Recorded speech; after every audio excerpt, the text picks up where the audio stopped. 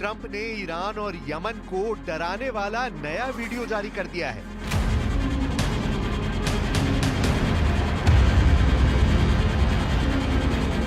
ये है Carl Vinson aircraft carrier. सबसे पहले उड़ता है F-35। ये है दुनिया का सबसे खतरनाक फाइटर जेट।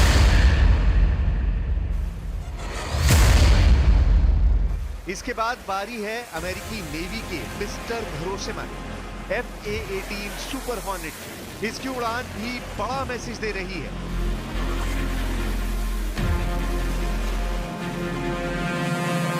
फिर ऐसे ही एक और लड़ाकू विमान को उड़ान की हरी झंडी दिखाई जाती है।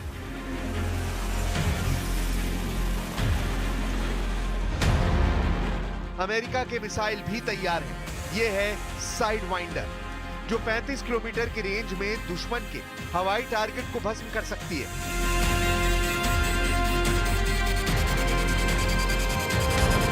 अमेरिका के सबसे शक्तिशाली हथियार ईरान और यमन की दहलीज पर पहुंच चुके हैं।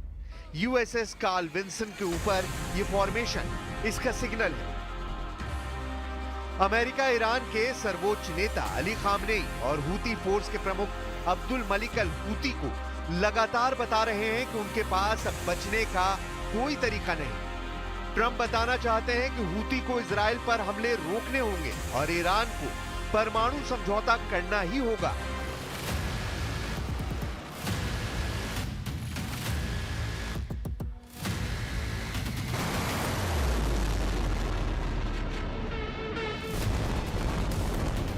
इसीलिए अमेरिका के 2 एयरक्राफ्ट कैरियर पश्चिम एशिया में तैनात कर दिए गए। दोनों कैरियर ऐसे वॉर जोन में जहां दुनिया का सबसे खतरनाक युद्ध होने का खतरा लगातार मंडरा रहा है। यूएसएस हैरी ट्रूमन इस वक्त यमन के पश्चिम में लाल सागर में तैनात है। वहीं यूएसएस कार्ल विंसन को अरब सागर में तैनात किया गया है। ये दोनों लोकेशन बताती हैं कि डोनाल्ड ट्रंप ने यमन और ईरान को बहुत बड़े अटैक मिशन से पहले बांधने का फैसला किया है। 13 अप्रैल को अमेरिका इसका ट्रेलर दिखा चुका है। यमन की राजधानी सना में हुई ये तबाही अमेरिका की एयर स्ट्राइक का नतीजा है। तब 6 लोग मारे गए और 30 से ज्यादा घायल हुए। अमेरिका ऐसी स्ट्राइक करके बताना चाहता है कि उसके लिए यमन को तबाह करना इतना ही आसान है जैसे इजराइल ने गजा और बेरूत में बमबारी की है। लेकिन ऐसे हमलों को लेकर बड़ा मैसेज ईरान को दिया जा रहा है, जिसके परमाणु कार्यक्रम को लेकर बात तो जारी है, लेकिन ट्रंप जानते हैं कि ईरान को इजराइल वाले शीशे में उतारना आसान नहीं होगा।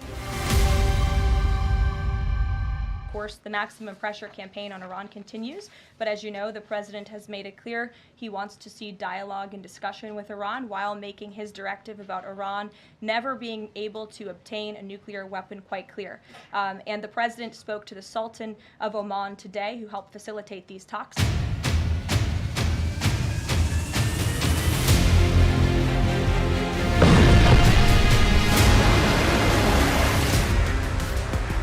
यमन में हूती और ईरान में परमाणु बम की फैक्ट्री। अब तक दोनों को रोकने की अमेरिका की हर कोशिश नाकाम रही है। इजराइल और अमेरिका की फौज तो यमन के हूती विद्रोहियों के आगे जूझती हुई नजर आ रही है। ट्रंप का एजेंडा साफ है, वो यमन में हूती और ईरान की सेना को अपने आगे नाक रगड़ते हुए देखना चाहते हैं। इसलिए ट्रंप ने अचानक ऐसा फैसला किया जिसके बाद यमन और ईरान के आसपास समंदर में आर पार की लड़ाई का खतरा पैदा हो गया है। अमेरिका ने यमन और ईरान यानी 2 फ्रंट वाले युद्ध के लिए अब दूसरा एयरक्राफ्ट कैरियर पश्चिम एशिया में उतार दिया है। यानी हूती और ईरान को शिकार करेंगे अमेरिका के 2 बैटल ग्रुप। पहला है यूएसएस हैरी ट्रूमन, जो पहले से यमन के आसपास तैनात है, और अब दूसरा carrier USS Carl Vinson Yemen Iran के करीब अरब सागर में तैनात कर दिया गया है। आखिर ट्रंप को यह फैसला क्यों करना पड़ा? क्या यमन में हूती सेना को हराने के लिए अमेरिकी नौसेना नाकाम हो रही है? क्या चप्पल पहनकर लड़ने वाले हूती लड़ाकों को खत्म करने के लिए एक नहीं अब 2-2 परमाणु पावर से चलने वाले एयरक्राफ्ट कैरियर की जरूरत है।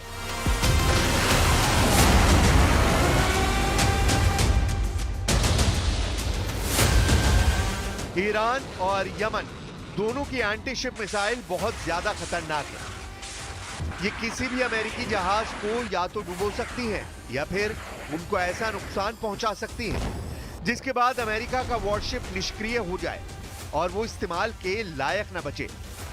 यही वजह है कि अमेरिका के दोनों कैरियर इस वक्त ईरान और यमन से इतनी दूरी पर ऑपरेट कर रहे हैं ताकि वो यमन और ईरान के एंटी शिप वाले असलहे की रेंज में ना आए। यमन में हूती के पास अब चीन की C-802 एंटी शिप मिसाइल का देसी वर्जन है जिसका नाम अलमंदाब 1 है।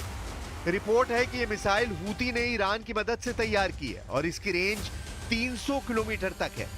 इसे ऐसे समझिए कि चीन ने C-802 बनाई तो इसकी रेंज 120 किलोमीटर थी।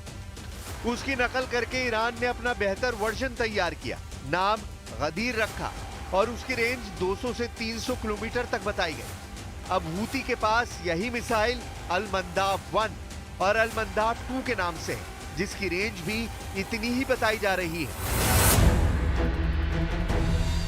अमेरिका की कैरियर फोर्स इस रेंज को ख्याल में रखते हुए ही ईरान और यमन से दूरी बनाए हुए है। लेकिन ईरान की सीक्रेट पावर का अंदाजा ट्रंप की नौसेना को अच्छी तरह से है। ईरान ने ये वीडियो जारी करके अमेरिका की नौसेना में खलबली मचा दी है। इतनी लंबी सुरंग और अंदर जैसे खड़ी है मिसाइल बोट की ट्रेन।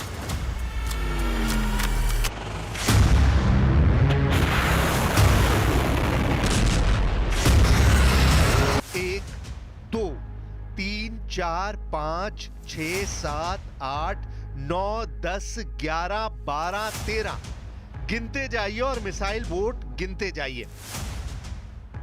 ये मिसाइल बोट करती क्या है ये अब समंदर की सतह से देखिए।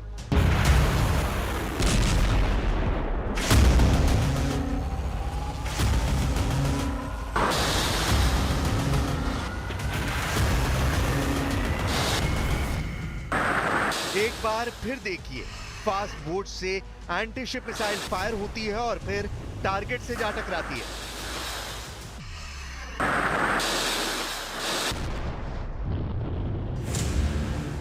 ईरान की नेवी के पास ऐसी करीब 4000 मिसाइल बोट हैं।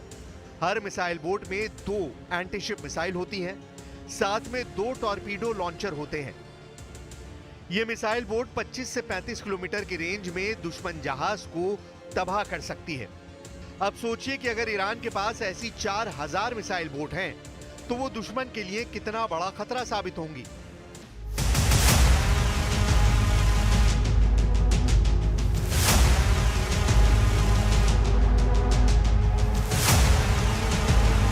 ईरान की मिलिट्री पावर के ऐसे ही वीडियो खामनेई की सेना और उनके डिप्लोमेट्स का हौसला बढ़ाते रहे हैं।